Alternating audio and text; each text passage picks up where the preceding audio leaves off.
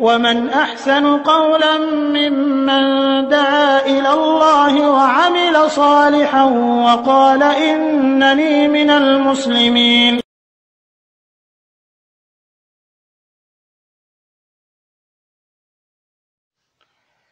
ওয়ালাইকুম আসসালাম ওয়া রাহমাতুল্লাহি ওয়া বারাকাতুহু। এক ভাই সিঙ্গাপুর থেকে লিখিত প্রশ্ন করেছেন যে আমি অনেকের কাছে টাকা ধার দিতাম, তো তারা সময় মতো টাকা দেয় না। আবার আমি যাই হোক, এই ধরনের অনেক ঘটনা ঘটেছে। এখন এই ক্ষেত্রে আমি কি করব? আমার কাছে টাকা থাকা সত্ত্বেও মানুষ যদি টাকা চায়, কি করব? এবং আমি বুঝতে পারছি হয়তো তারা দেরি করবে, সেক্ষেত্রে আমার করণীয় কি? জি, অবশ্যই একটা জটিল কথা এবং জটিল অধ্যায় উল্লেখ করেছেন আপনি সমাজের, যেটা আমাদের জন্য খুব সমস্যা। আল্লাহ রাব্বুল আলামিন বলেছেন, ইন্নাল্লাহা ইয়া'মুরুকুম আন তু'আদ্দুল আমানাতি ইলা আহলিহা। আল্লাহ রাব্বুল আলামিন তোমাদের নির্দেশ দিচ্ছেন যে তাদের আমানত সমূহ বা আমানত তাদের কাছে প্রাপ্য বিষয়গুলো ফিরিয়ে দাও। এটা আল্লাহ রাব্বুল আলামিন নির্দেশ। এবং রাসূল সাল্লাল্লাহু আলাইহি ওয়াসাল্লাম বলেছেন, এটা সূরা নিসার 58 নম্বর আয়াতে আছে এবং সহিহ বুখারীর 2387 নম্বর হাদিস, যে আবু হুরায়রা থেকে বর্ণিত, মান আখাযা আমওয়ালান নাসি ইউরিদু আদাহা আদাল্লাহু আন।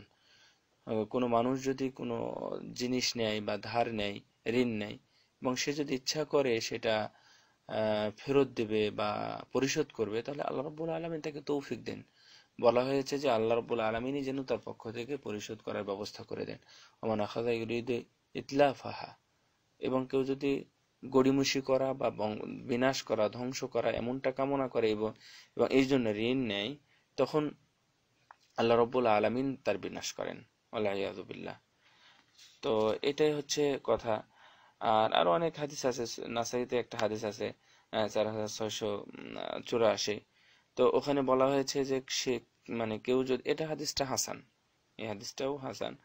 তো এখানে বলা হয়েছে যে কেউ যদি শহীদও হয়, সুম্মা ওয়াহিয়া সুম্মা কুতিল সুম্মা ওয়াহিয়া সুম্মা কুতিলু আলাইহি দাইনুন মা দাখালাল জান্নাত হাত্তা ইয়াকদি আনহু দাইনু।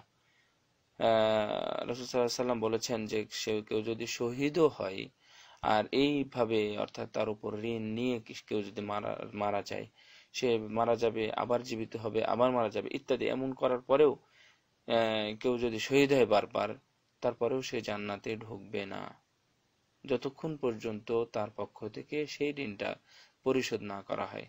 তো সুতরাং আমি এটা সবার উদ্দেশ্যে বলছি, এই ধরনের আচরণ যেন আমাদের মধ্যে না থাকে। এখন আপনার যে প্রশ্নটা, সেই প্রশ্নটার উত্তরই আমি দেওয়া হয়নি। এই ক্ষেত্রে আপনি যদি কৌশল অবলম্বন করতে পারেন, তাহলে কৌশল অবলম্বন করবেন।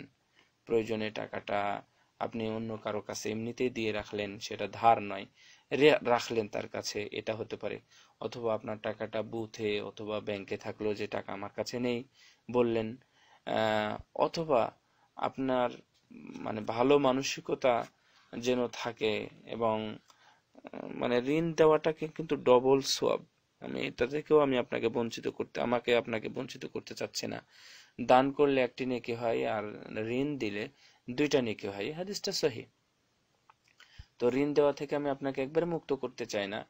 তো আপনি সেরকম ভাবে দেখে শুনে সামাজিক দায়বদ্ধতা বা সামাজিক অবস্থার দিকে লক্ষ্য করেই আপনি দেবেন।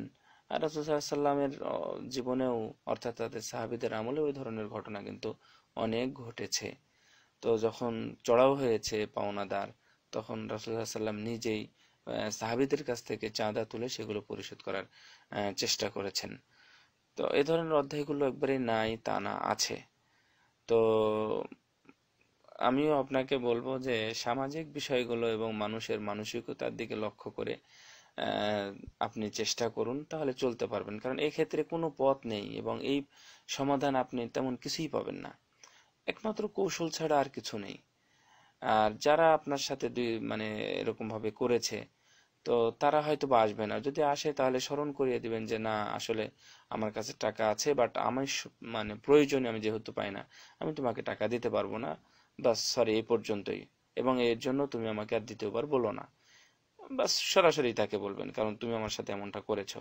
অনেকে দেখাও করে না, এটা খুবই খারাপ। এমনটা যেন আমাদের মধ্যে না হয়।